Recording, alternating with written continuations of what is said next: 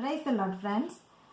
இன்றைய பிரசங்கியின் வசனம், அதாவது 4வது அதிகாரம் 15வது வசனம்.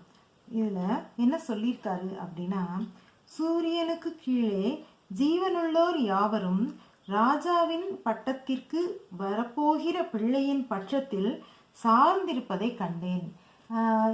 இந்த மாதிரி ஒரு பார்ஷியாலிட்டி, அதாவது மக்கள் பிறப்பில் ராஜாவோட பிள்ளையா பிறந்தவங்கள ஒரு நம்மளாம் சொல்லுவோம்ல, ஒரு பெரிய செல்வந்தர் வீட்டு பிள்ளை அப்படின்னா அவங்கள அவங்க சரி செய்தாலும் சரி, சரியான காரியம் செய்தாலும் சரி, தவறான செய்தாலும் எல்லாமே கரெக்டு அப்படின்ற மாதிரி இந்த உலகத்தார் அவங்களையே டிபெண்ட் பண்ணி அவங்கள ப்ரைஸ் பண்ணிக்கிட்டு அந்த மாதிரி தான் அந்த காலத்திலே இருந்திருக்காங்க. அதே அவர் நம்மளுக்கு சொல்கிறாரு. இப்போ அதனால உலகத்தில் பிறவியில் ராஜாவோட மகனாக பிறந்து மக்களால் பாராட்டப்படுவதும் உண்டு. அதே மாதிரி ஆனால் நம்ம அப்படி இல்லையே அப்படின்னு சொல்லி ரொம்ப ஸ்ட்ரெஸ் எடுத்துக்குவோம். என்னடா அது, அவன் ராஜா வீட்டு பிள்ளை, அதாவது பணக்கார வீட்டில் பிறந்துட்டான், பெரிய இடத்துல பிறந்த மந்திரியோட மகனாக பிறந்துட்டாரு அப்படின்றதுக்காக அவன் செய்கிறதுலாம் கரெக்டாக இருக்குது.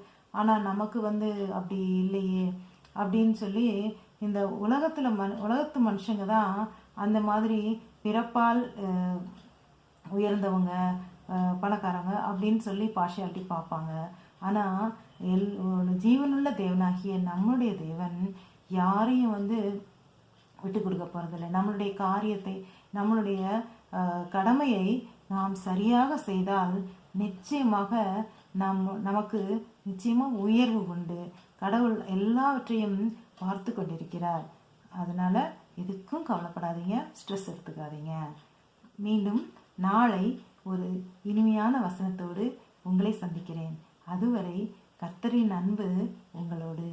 அல்லேலூயா.